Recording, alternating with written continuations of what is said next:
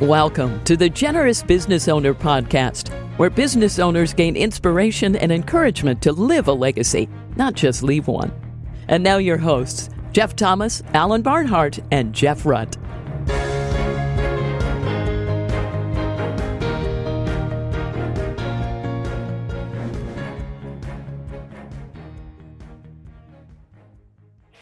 Welcome, everybody, to this week's Generous Business Owner Podcast. My name's Jeff Thomas, and I've got my co-host, Jeff Rutt, with me. Say hello to the people, Jeff. Hello to the people. Yes. And we were just having a little off-camera discussion about Ukraine. We see the Ukraine flag behind Jeff Rutt. He is a big supporter there, and we all support them. So just a little shout out to Ukraine. But we have a very special guest with us today. Bo Parfet is with us. He's a managing principal at DLP Capital, but he's got a million great stories we can't wait to get to. He has authored 4 books that all kind of center around, his adventures, mountain climbing included, and his love for improving the world. So we'll kind of get to how those two things tie in over time. But Bo, welcome to the program.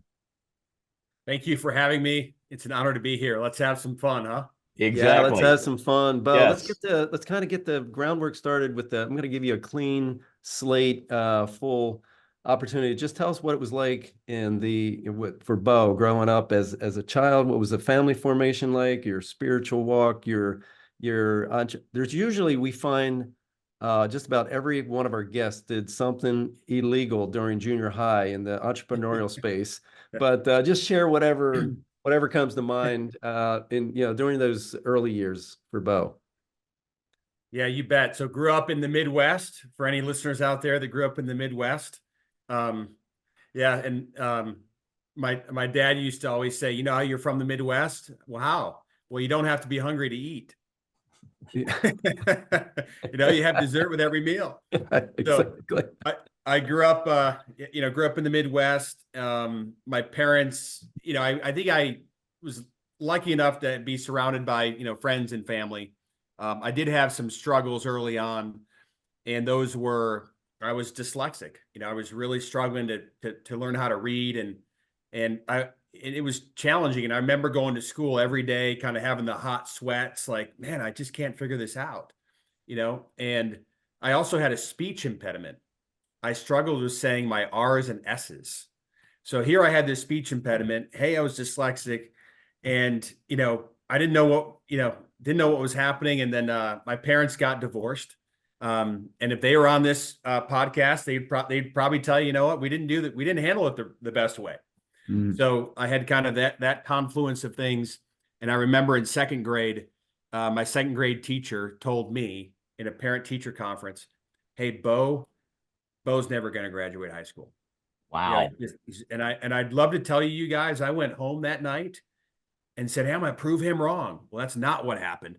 I went home that night and I cried my eyes out because I literally, in second grade, you think something is wrong with me. Right. Like I have, really something's permanently wrong with me. And so for like years, I just struggled with that, and I just kept grinding it out. And I was like, what else am I going to do? And then in seventh grade, my seventh grade parent teacher conference, my seventh grade teacher said, I got good news. Bo's going to graduate high school, but not college. I was like, oh man. Progress. Yeah. Hey, a little progress. So I just kept kind of grinding. I didn't know what else to do. And I just kept grinding away. I started to get really practice math. I was getting good at math, and I was getting good at sports. I kind of used that as a foundation to grow. And then I ended up going to college and getting 2 master's degrees, and figuring out how I learn. So for those of you that have dyslexic kids or learning disability, don't worry if the traditional school method works, because there's about 30 or 40 different ways a human being absorbs information. And you just have to figure out how do you do it. Yeah. And that's kind of the magic. And then, to share a little bit about my faith, I grew up Catholic, and I had some ups and downs with my faith as kind of a youngster. And because I would read the Bible, small group, Sunday school, and I would read these amazing stories and meet amazing people. And every so often I would have there'd be a mean adult. Okay. Again, this is from a kid's perspective. I'd have that mean adult. Okay.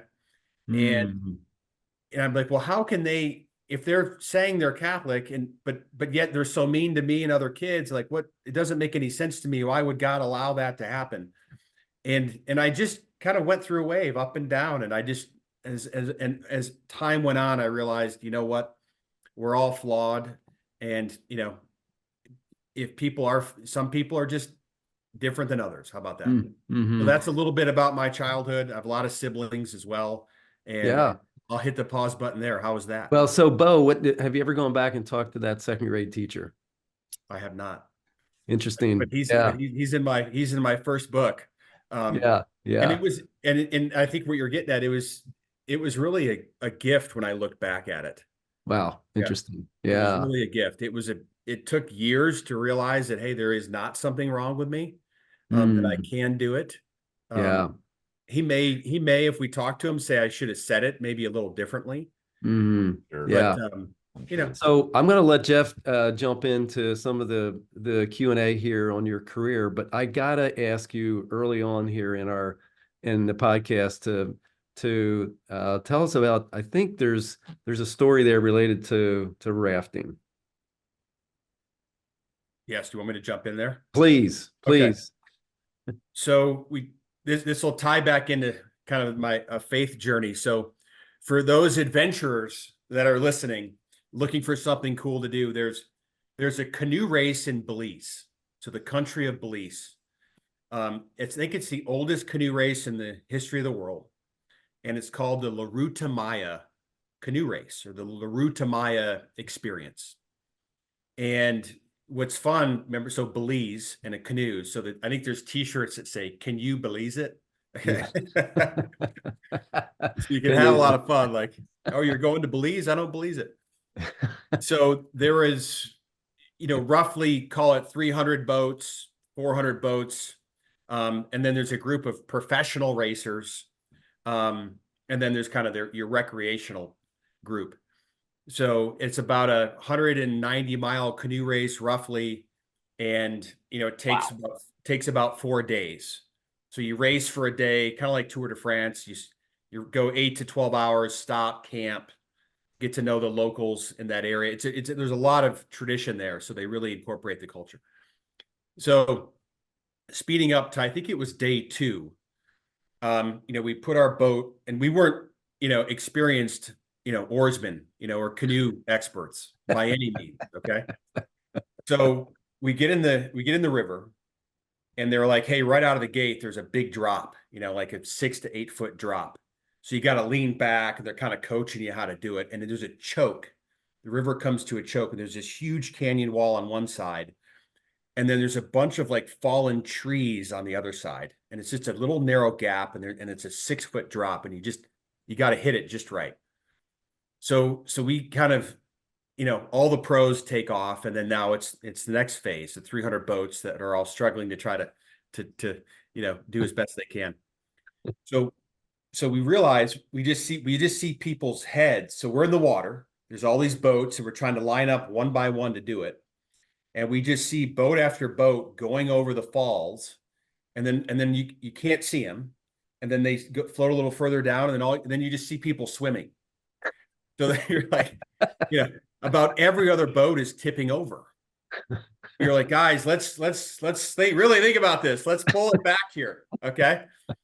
So as we kind of move off to the side and just reassess, hey, let's talk about our game plan one more time. Hearts are beating. We started drifting over to those fallen trees that I mentioned.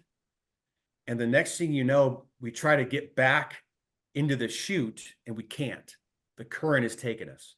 And the canoe butts up against this first tree.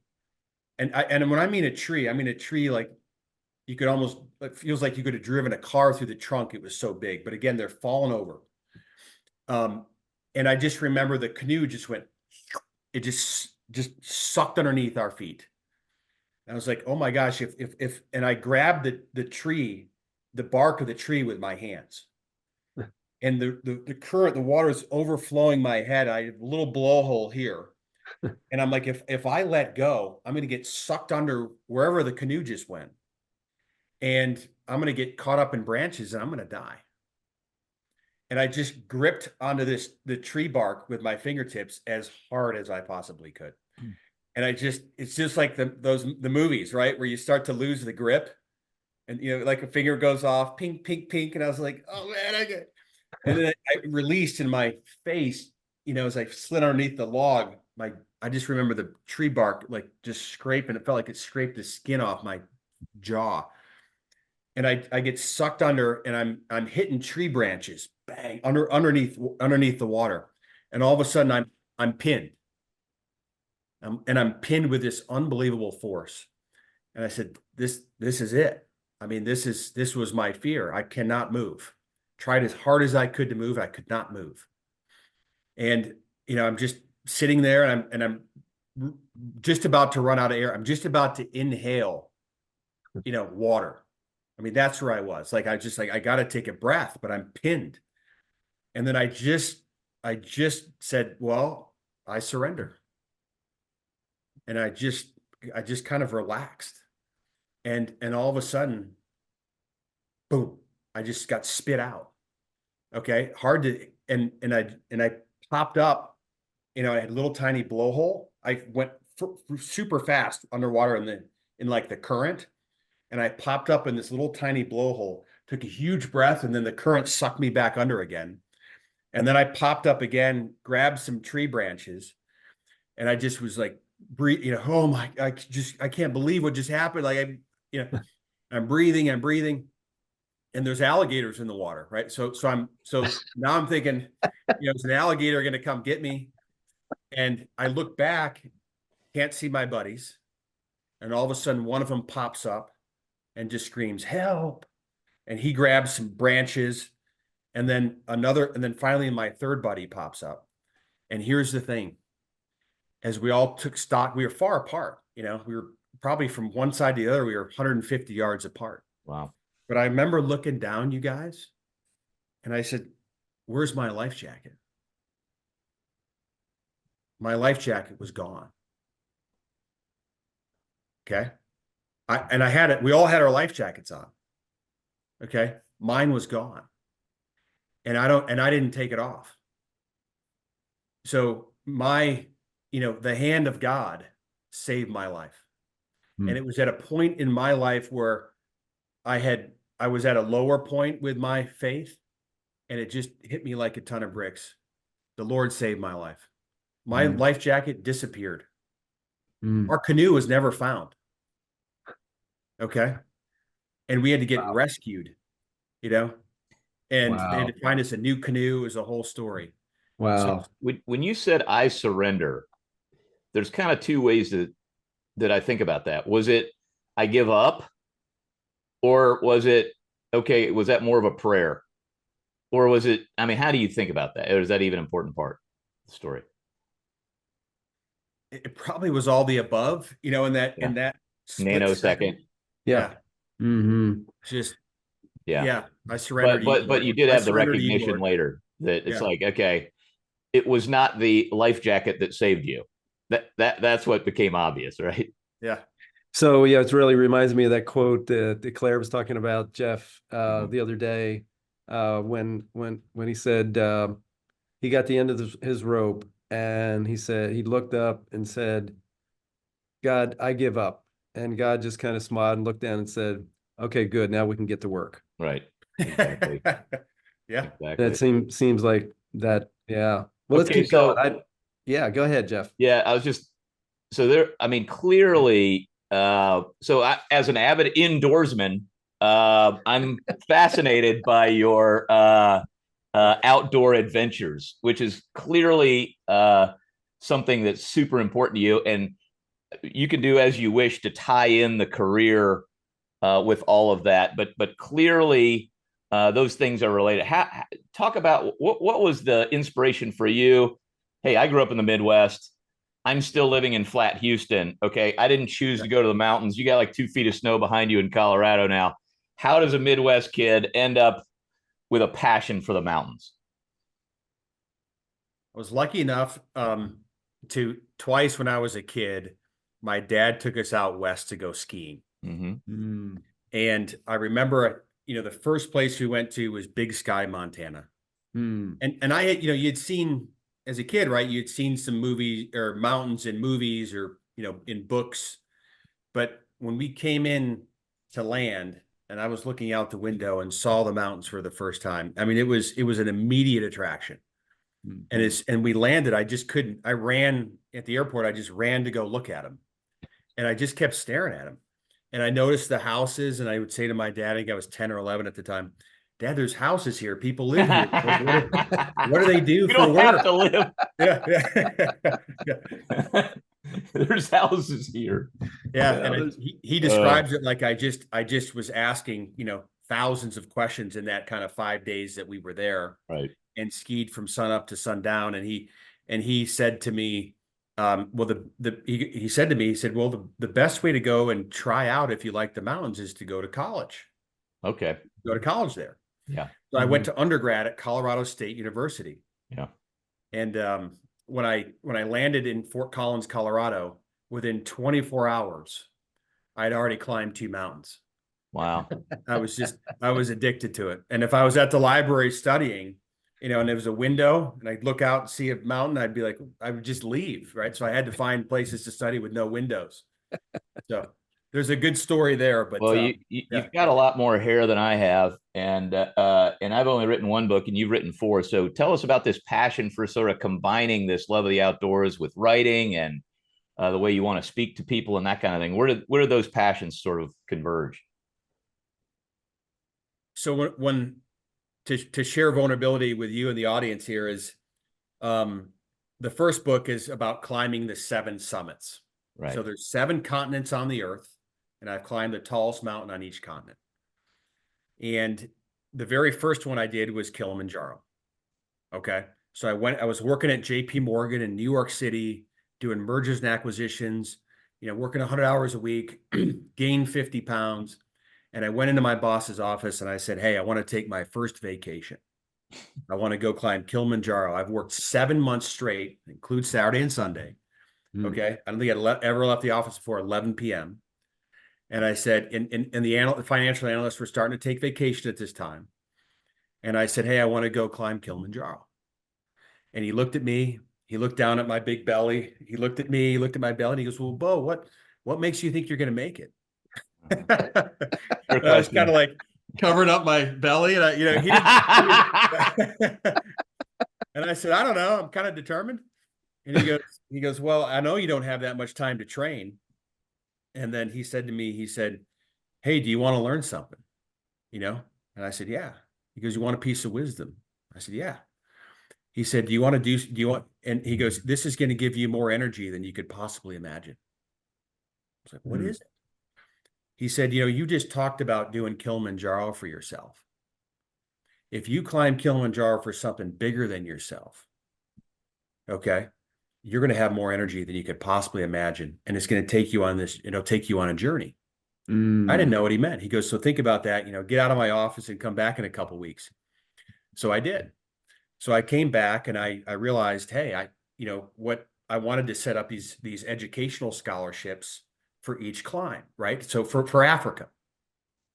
So just to fast forward, so I found the organization, and I figured out that JP Morgan liked this nonprofit, and this nonprofit was really good at going into shanty towns in Africa, testing kids for aptitude and saying, okay, hey, let's put them on a path.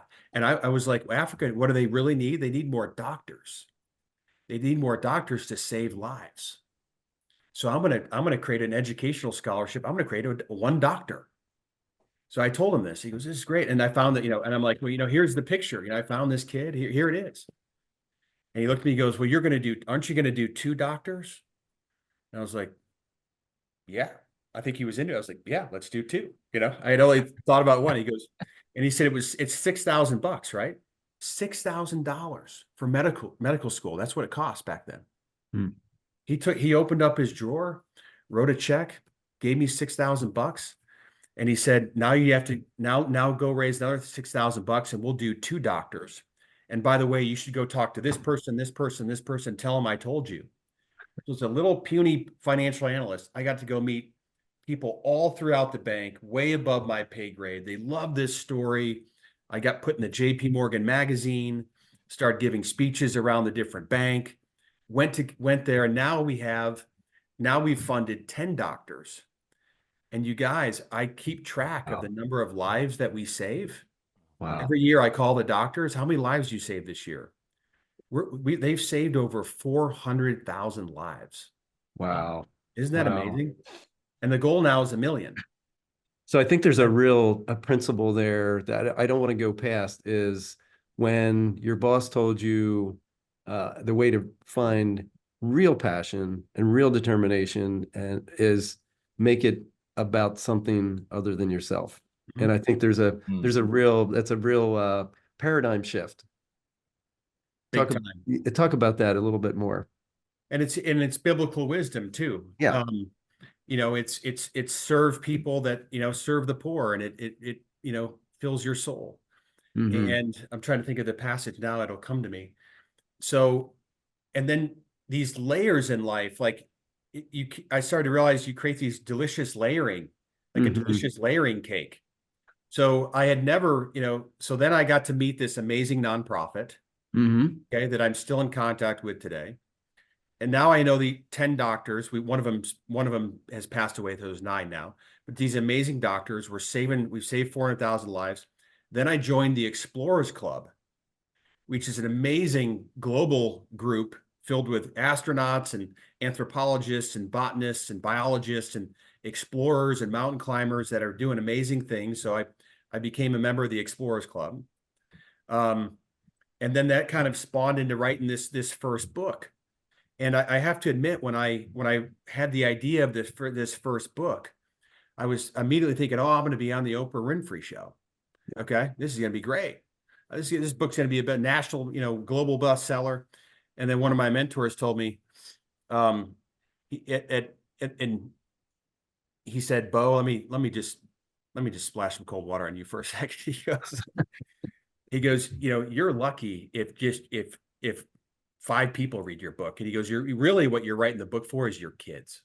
Mhm. Your kids read your book, because there's like 1 million books that get published today. Yeah.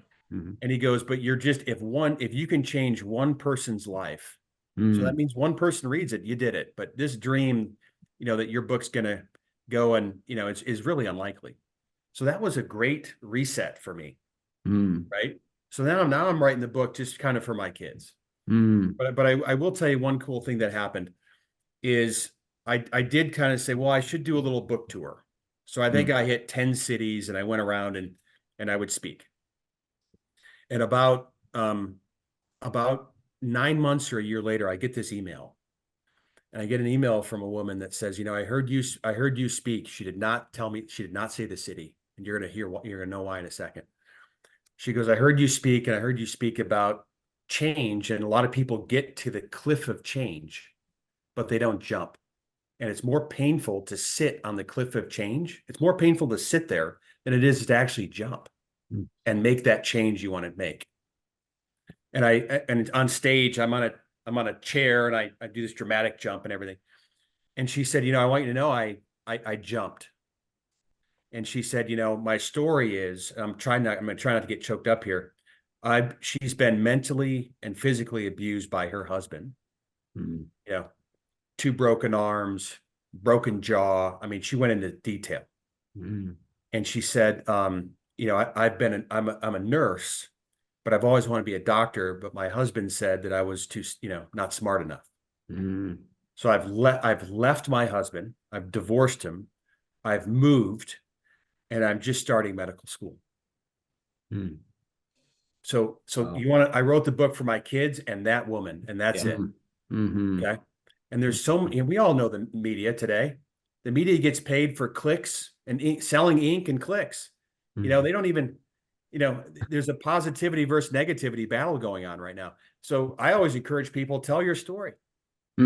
More positive stories out there. Not to say we don't have to suppress the negative, just to be clear, because we need to know, things we need to fix. But we need to have more positive stories out there. So Mhm. I always encourage people, tell your story, write your book, because if you can change one person's life, it's worth it. Love that story. And of course, that's what this podcast is all about, is kind of give an antidote to the pound your chest about your own personal business success for your own glory. So that just fits so perfectly. What is And the string? and on that note, sorry to jump in, Yeah. Lloyd Reeb, everybody, Lloyd Reeb, who wrote an amazing book called Success to Significance. Check it out.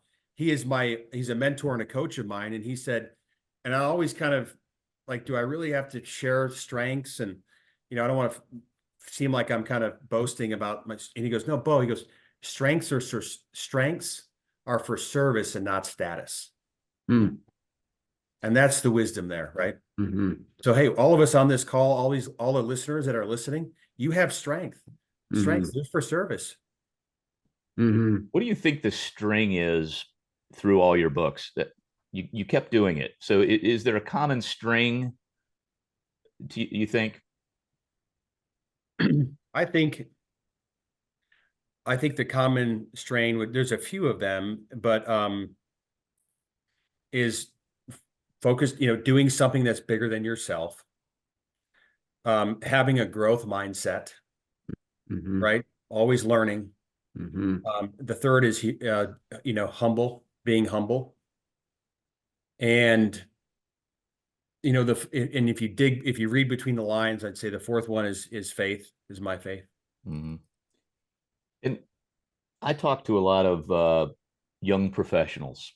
Okay. And I came out of the big banks where you started. I spent 25 years at those big places, Payne Weber, 8 years, 17 years at Morgan Stanley.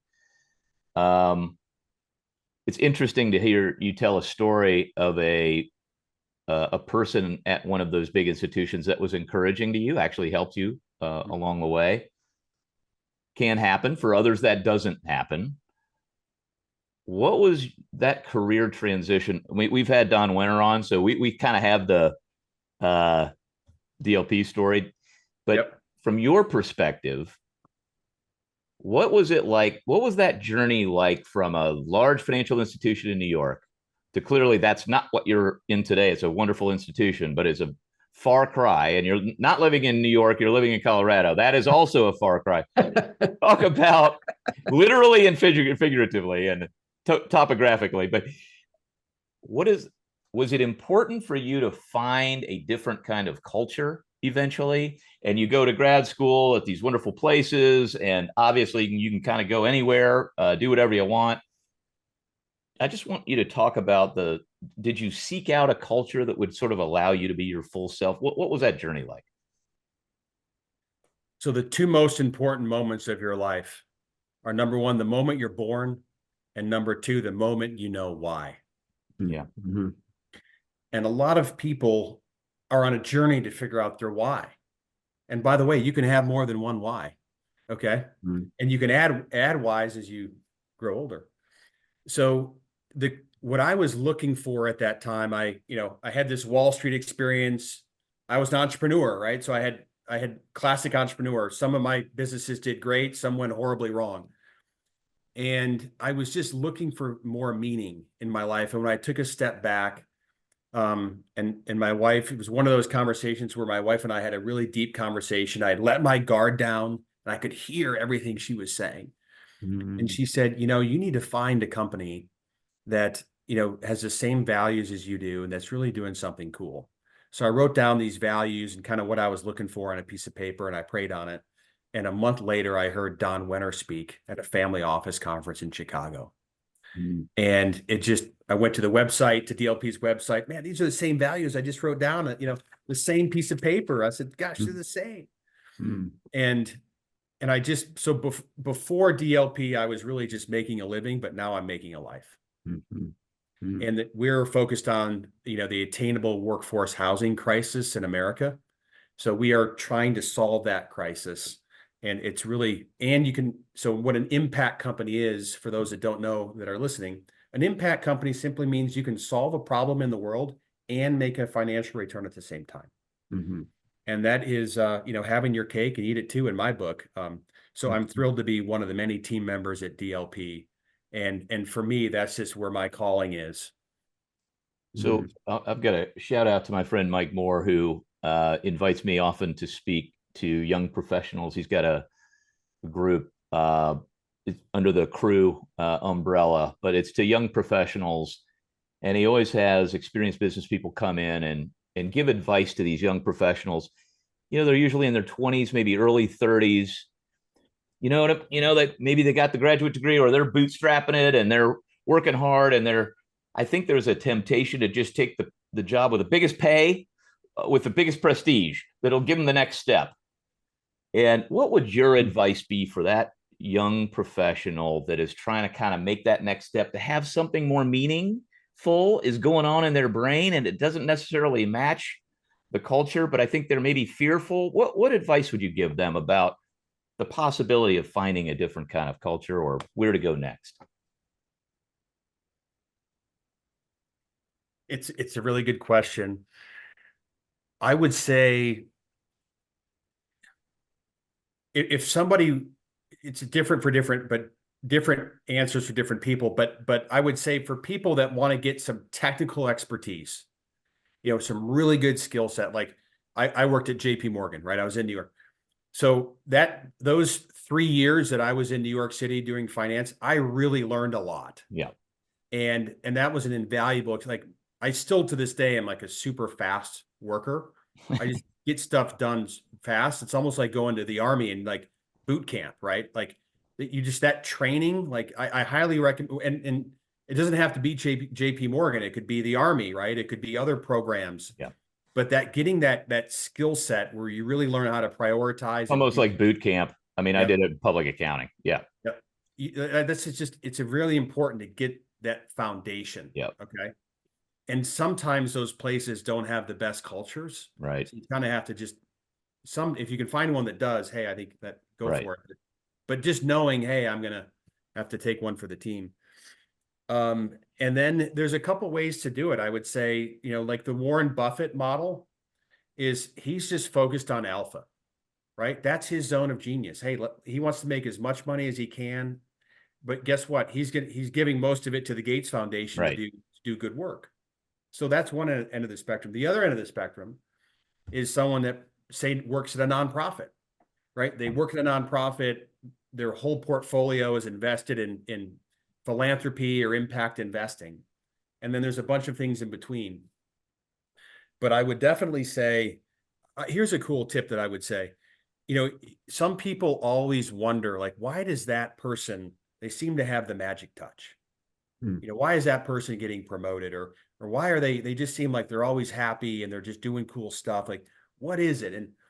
And there's two things I just want to share really quickly. That there's a lot more than two, by the way, but just two that come to mind. So one of them is, and this is they did this really cool study. I think it was in the 60s or 70s. And they took a large group of people and they split them in half. And they primed 50% of the people for positivity. And then they primed the other 50% for negativity. Okay. So they primed them. And then they showed them a piece of paper and a picture. And the pictures had risks on it. And they said, point out the risks. Okay. So they did this whole exercise, and how it ended was the people that were primed for positivity, 100% of them observed all the risks. Okay. The people that were primed for negativity, they only saw about half the risks. They literally missed half the risks. Okay. And then, okay. So if you think about having a real chemical advantage kind of over the competition or in life, like if you're just generally a more joyful person, you're just going to see more and not be as myopic. They did the same study with people, same thing, primed for negativity, positivity, and then they injected people with a virus, like a cold virus. And then I don't think I would have signed up for that one. And the people that were primed for positivity, some people didn't get sick at all, or if they did get sick, the symptoms were really mild and they were sick about half as long. Wow. Yeah. Where the other people stayed. So that is an advantage. That's a huge advantage. Yeah. So it doesn't mean, by the way, that you have to go around and pretending you're happy, but just to having some type of a joyful practice that could be prayer for a lot of people.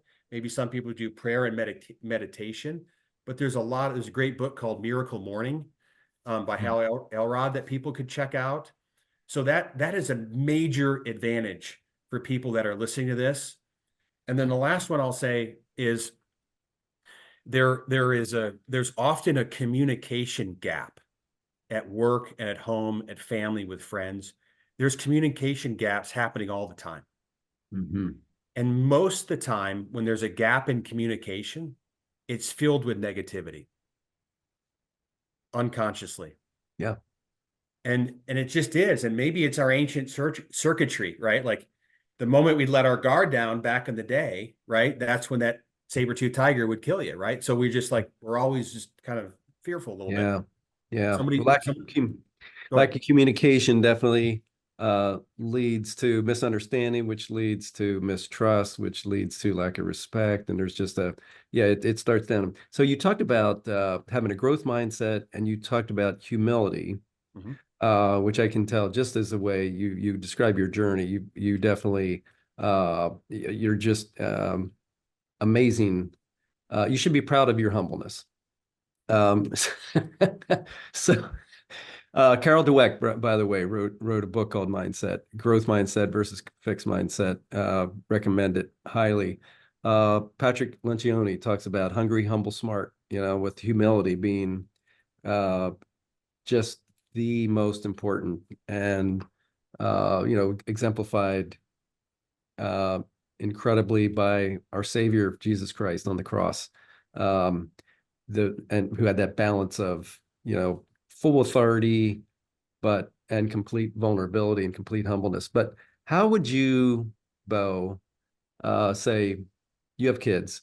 How do you transfer some of that mindset of that growth mindset and the humility and the gratefulness to both your coworkers, your peers in your sphere, and also to your kids?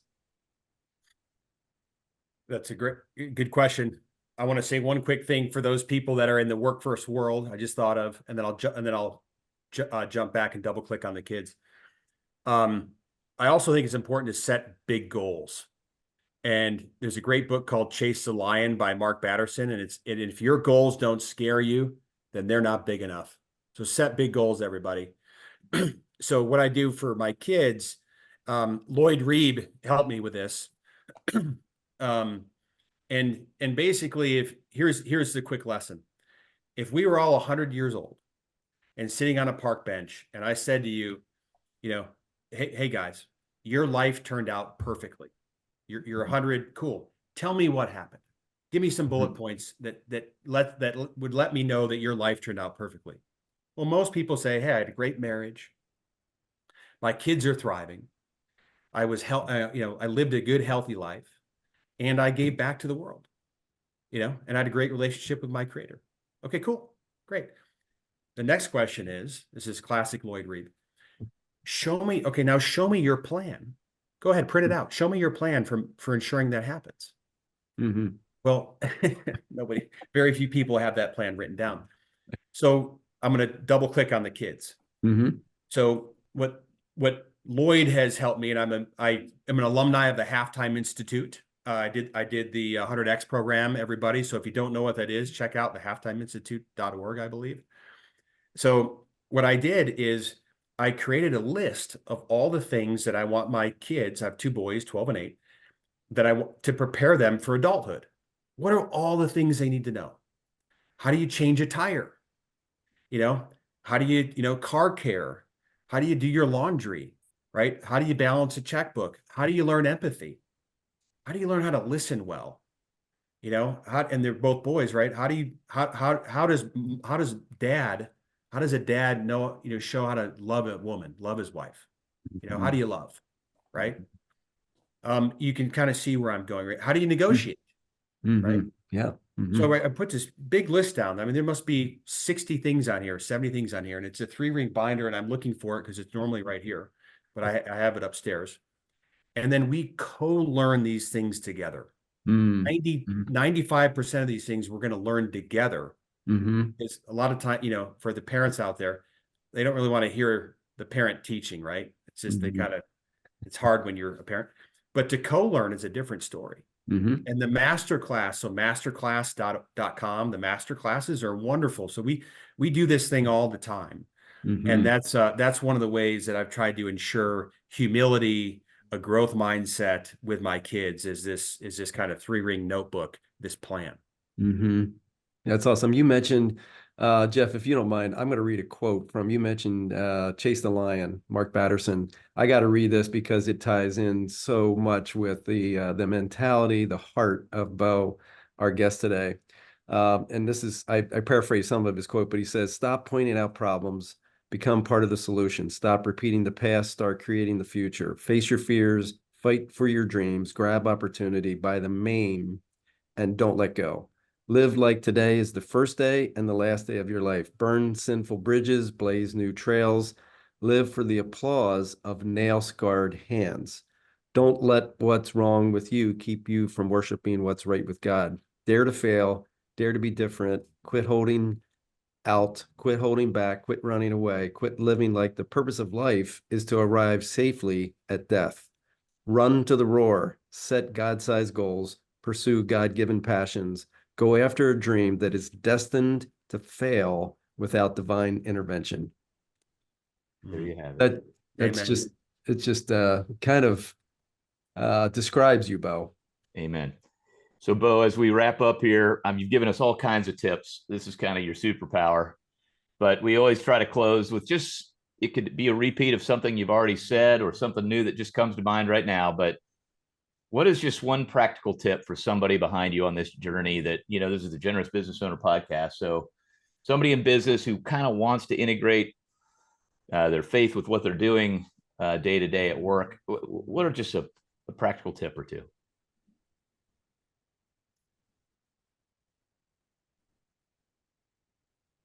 I would say, I love this quote, and I don't know who said it, but there are 2 types of pain in the world. There's the pain of discipline and there's the pain of regret. And one of them weighs a lot more than the other. And I believe that a lot of people don't take that first step because they have this big dream. But, practical piece of advice would be, hey, if you want to implement your faith into your work or into your home in a better way, is just start small. Just do one small thing and see what happens. And I talked before about adding those layering, that delicious layering cake I talked about. And a lot of times for people, it could be reclaiming something from their childhood that for some reason got overlooked or someone talked them out of it. That's what I would say is reclaim. And maybe that's an activity where, hey, you love to cook. Great. Have some neighbors over. Yeah, there's definitely a theme that runs through everything that you're saying. And I just keep coming back to your example of the cliff, and probably being on the edge of the chair, uncomfortable. It's a lot easier just to jump and get it over with. And it's probably not as scary as you think. So just get started in doing whatever God's calling you to do. And he will guide you from there for sure. So, Bo, just can't thank you enough for being with us today. Thanks for sharing your wisdom. Bo, thank you. If you have a video of that jumping off the chair, we're going to put that we're going to put a link to that in the show notes, along with a bunch of the other things that you referenced here, including the link to how to find your books. And Lloyd Reeves has been on, and he had I think he had the longest show notes of anybody on the program with all of his links to resources. So if you need a good spreadsheet about how to behave, go check that one out. So thanks everybody for listening to this week's Generous Business Owner podcast. Check out our website, generousbusinessowner.com. Sign up for the newsletter, check out YouTube, subscribe, share it with a friend. Thanks everybody. We'll see you next week. Thank you. Thanks for listening to the Generous Business Owner Podcast with Jeff Thomas, Alan Barnhart, and Jeff Rutt. Make sure to follow the podcast so you don't miss an episode. You can find the guest contact information in the show notes. Stay tuned for the next episode.